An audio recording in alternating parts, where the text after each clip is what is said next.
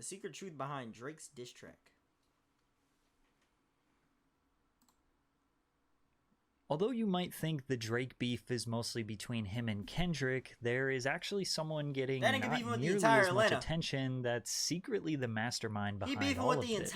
Now, we all know Drake recently released his diss track called Push-Ups, where he dissed multiple rappers, including Kendrick Lamar, Rick Ross, Future, Metro Boomin, The Weeknd, J. Cole, and potentially subliminals across the entire industry. And firstly, you know I'm always going to look at this from a business perspective, and all of you have to keep in mind that music is a business.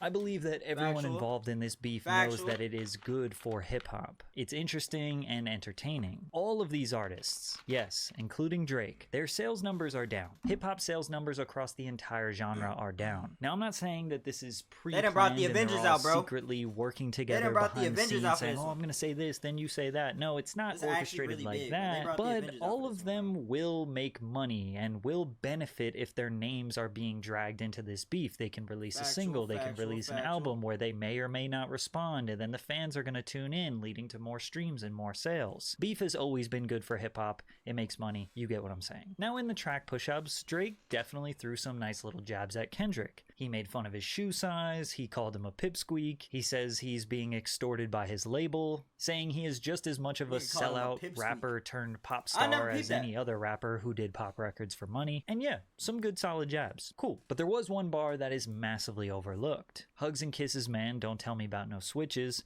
I'll be rocking every chain I own next visit. I be with some bodyguards like Whitney. Top say drop your little... Alright.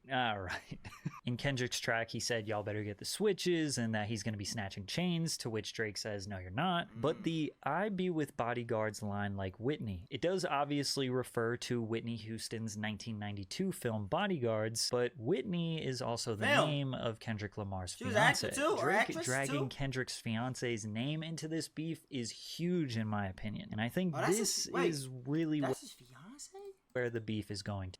Wait. For real?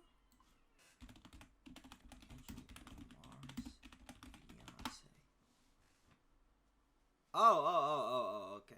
I was about to say. Start. You have to remember that everything up until this point has pretty much just been about numbers, who has the most sales, who's the most relevant, who has the most cultural dominance, who's big three. It's just been strictly competitive until now. I mean, even if you think back all the way to Kendrick's Controlverse, where he dissed every relevant rapper in the game, including Drake, he said he had love for everybody, but he wanted to murder them and take their fans. But this was just for the sake of competition, which we all agree is good for hip-hop. And even Kendrick's shots that he took on like that were pretty light and also strictly competitive. So Drake bringing up Kendrick's fiance, his family, is even a line that he thinks is taking it too far. Well, it wasn't even about battle rap or any of that. It was just the information was too shocking. It was, like I said, it was on his part, it was a genius chess move.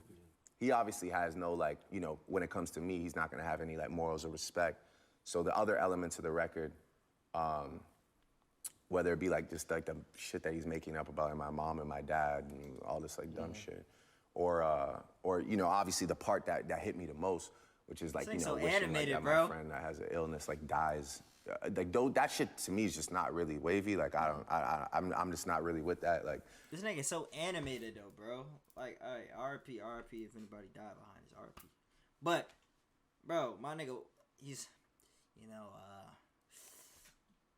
I'm just really not with the, you know, like the internet drama, and, you know, like some of the things he did was like very corny.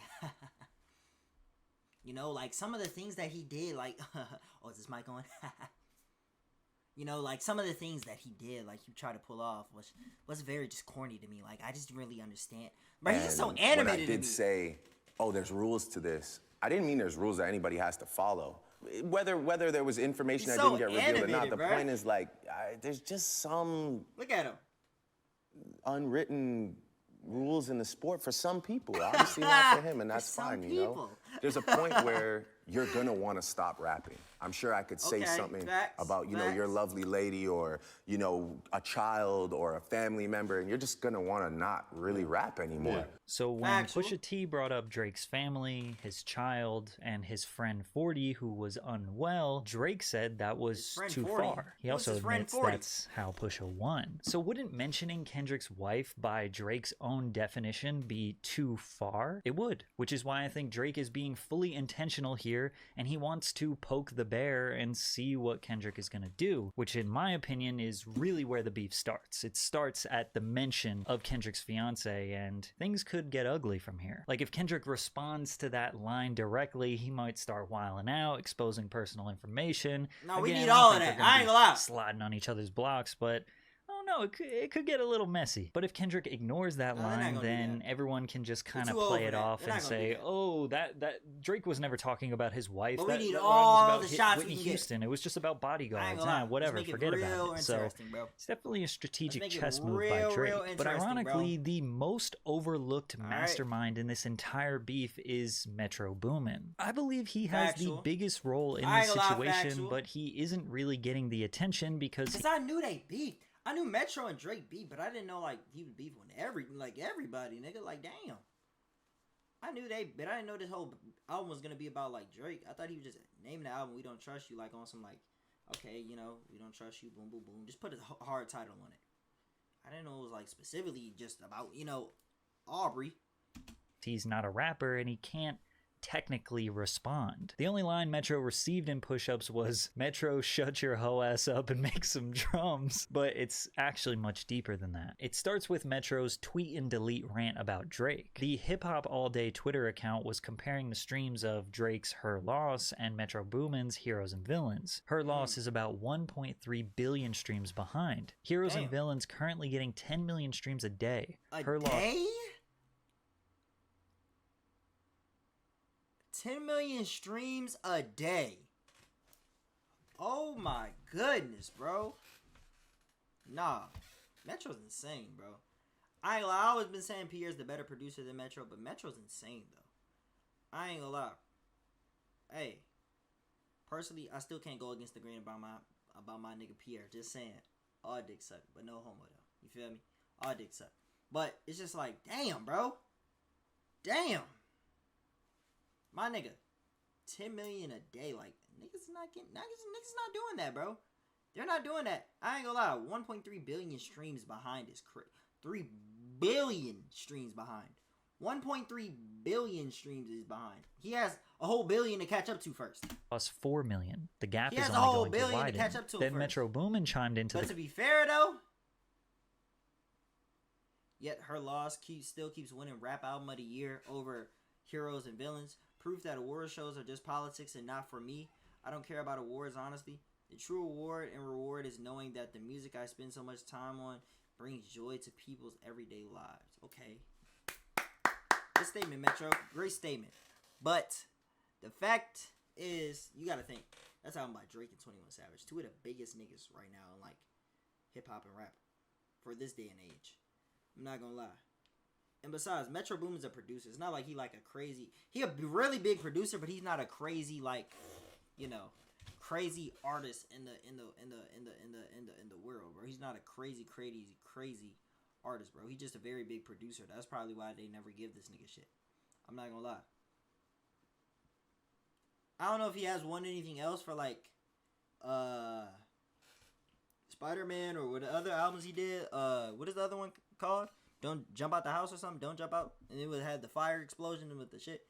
Conversation and said, yet Her Loss still keeps winning Rap Album of the Year over Heroes and Villains. It's Drake, proof bro. That award shows are just politics and not for me. I don't care about awards, Drake, honestly. The true Drake. Award and reward is knowing that the music I spend so much time on brings joy to the people's everyday lives. There's nothing you can really What's so do in that funny situation. About these tweets is that Metro is doing the exact same thing that DJ Khaled was doing against Tyler, the Creator. Tyler went number 1, DJ Khaled went number 2, and DJ Khaled was pissed. And everybody was like, shut up, DJ Khaled. You had everybody in the industry on that album, and you still couldn't compete with Tyler. But DJ Khaled based his argument off stream, saying, I make albums so people can play it, and you actually hear it. It's called albums that you actually hear the songs. Not no mysterious shit. Didn't he get exposed for barely even making his own beats too? He's been putting the tag over it. Never hear it. Like, dude, shut up. Igor was just a great album. That's it. Metro is kind of doing the same thing here. He's mad about an award, not necessarily going #1, but Metro is an executive producer. DJ Khaled is an executive producer. The only difference is that Metro does have the capability and the ability to make. Oh, he made that too? The only difference is that Metro does. I forgot about that. I forgot about the It's a Night thing. He made that album with 21? Oh, the other shit he made with 21. I forgot what it was called though. What is that album called again? It's called the shit we're running, looking for the ops. We just gunning.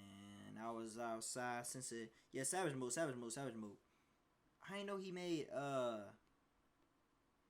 Savage Mode, bruh. Oh, and he made Without Warning. I remember that part. Yup. Savage Mode 2. Savage Mode and Savage Mode 2. Okay.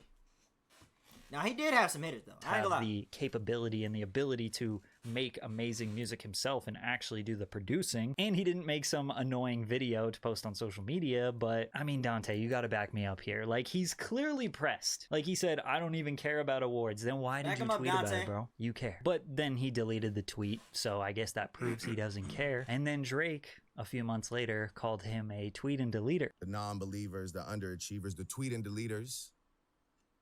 You guys make me sick to my stomachs, fam. Honestly, if you guys want to look in my eyes, you guys want to do... Back your ass up, man. Honestly, fam. You guys want to beef for me? We can beef. Yeah. Come on. Do something? You guys... That's what I thought. So... This nigga's so stupid, bro. Get this nigga out of here, bro. Honestly, if you guys want to look in in my eyes, you guys want to do something? You guys... That's what I thought. So hear me out. Metro believes in his heart.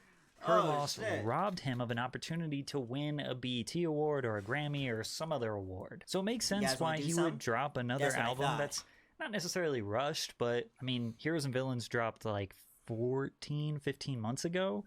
And he already has We Don't Trust You this year. Especially considering Drake said he won't be dropping any more music this year. Maybe Metro is trying to drop an album and get the award that he thinks he deserves. Which would be so funny if Drake just said, nah, fuck it, I'm gonna do a surprise album. Does this nigga have a...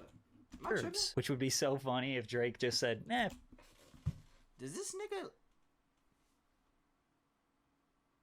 Bro, if this isn't the most light-skinned nigga ever, bro, does this nigga have a gold toothpick? Am I the only one that's noticing this? Does this nigga have a gold toothpick, bro? Where did he even acquire such a thing, my nigga? Nigga know he had nothing in his teeth either. He just wanted to do this just to show it off, bro. Come on, bro. What the fuck is this? Fuck it, I'm gonna do a surprise album. And he drops an album that gets an award. Now, if I did some shit like that, I'd be wrong, right? If I did some shit like that, I'd be extra wrong. Over Metro again, that would be diabolical. Niggas would be on my ass. Okay, if Drake drops another album this year, I think he watched this video. Because the ultimate troll to Metro would be to drop another album and intercept Metro's ability to get some award or get a Grammy or something like that. That would be crazy. But additionally, it was on We Don't Trust You that Future took shots at Drake. He said on track #1, "You my #1 fan, dog. Sneak dissing, I don't understand. Pillow talking, acting like a fed. I don't need another fake friend. Can't be bout a hoe cause we sharing. In your feelings, why you playing, dog." I know, I didn't rap it, alright? I didn't rap it. And the only reason we knew this was a diss at Drake was because Drake's opening line in Push-Ups was, "I could never be nobody's #1 fan. Your first #1, I had to put it in your hand." I thought he was talking about Rick Ross there. So he was talking about Future the whole time? What was Future's first #1?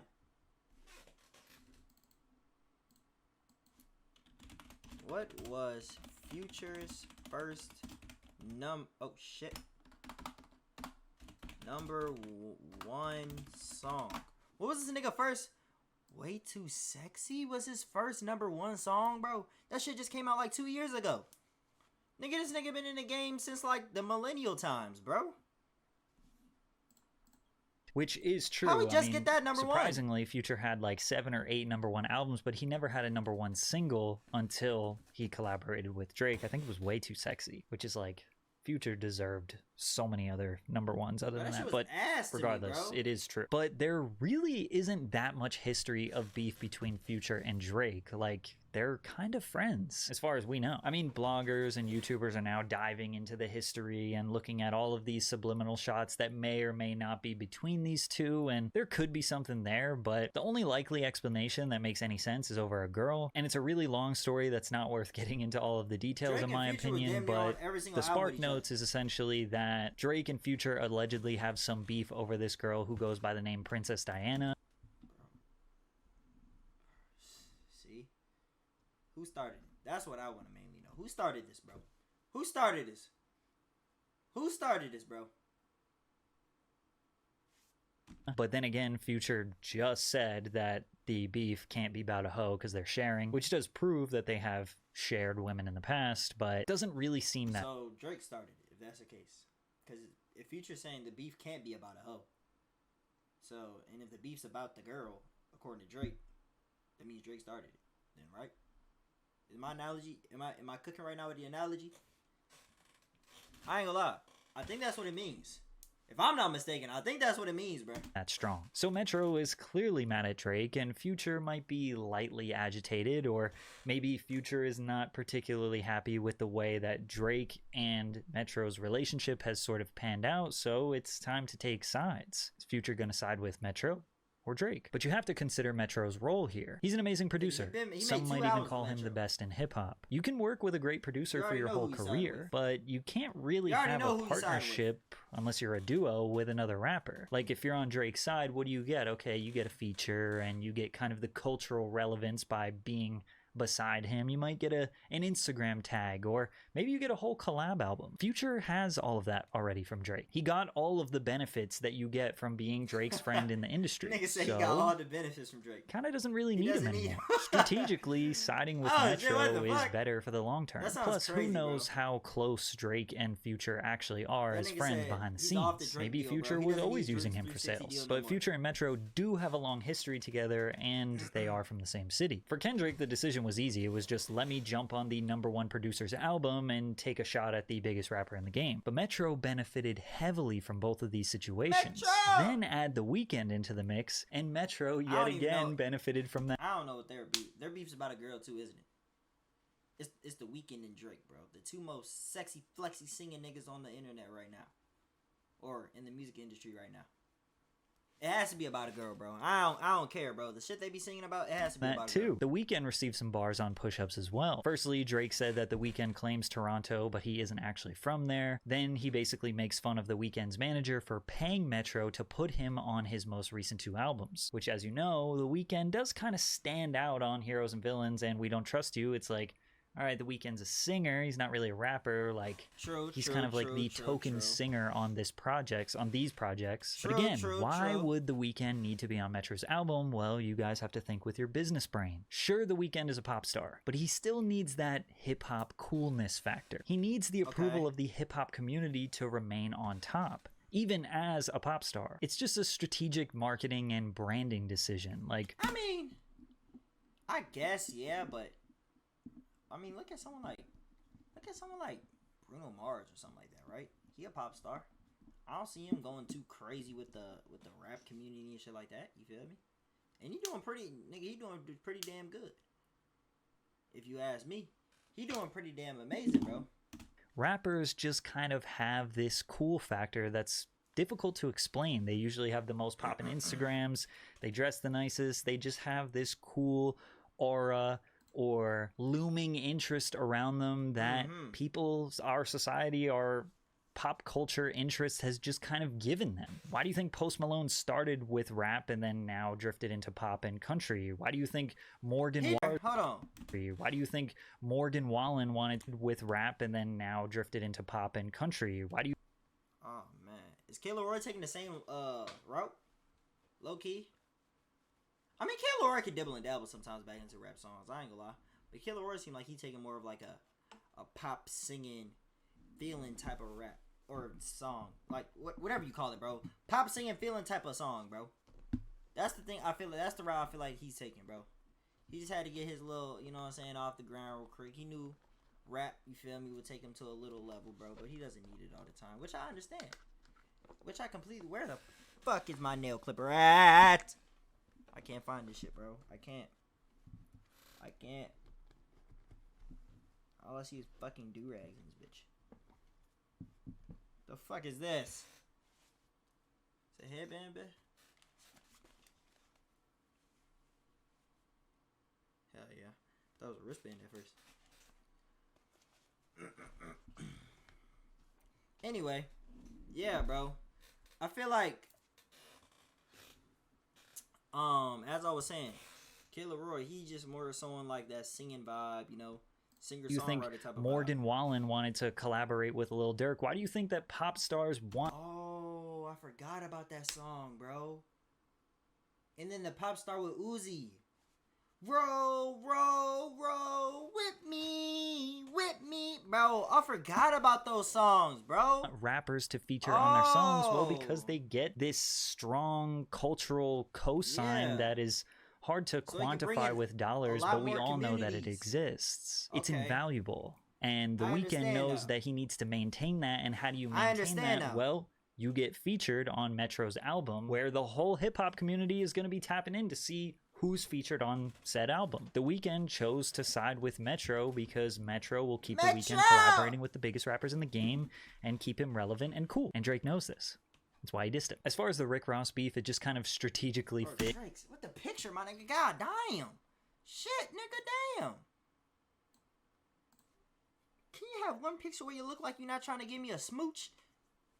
Into Drake's diss. Drake just said, "Fuck it, I'm taking on everyone." Drake said throughout push-ups, the theme of this track is that rappers need him for features, they need him for relevance, they need him to get their #1 song, and Rick Ross kind of fits in that boat. All of Rick Ross's top hits have Drake featured on them, but it seems like most of their actual beef history is over women.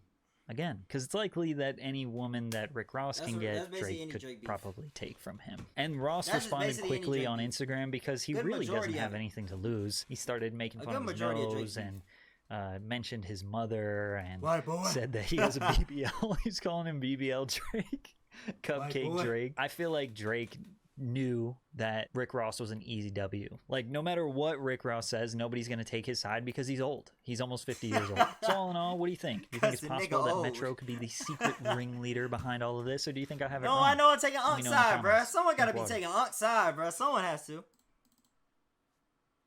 Someone has to be taking Unk's side. I'm not going to lie. You feel me? I know someone is.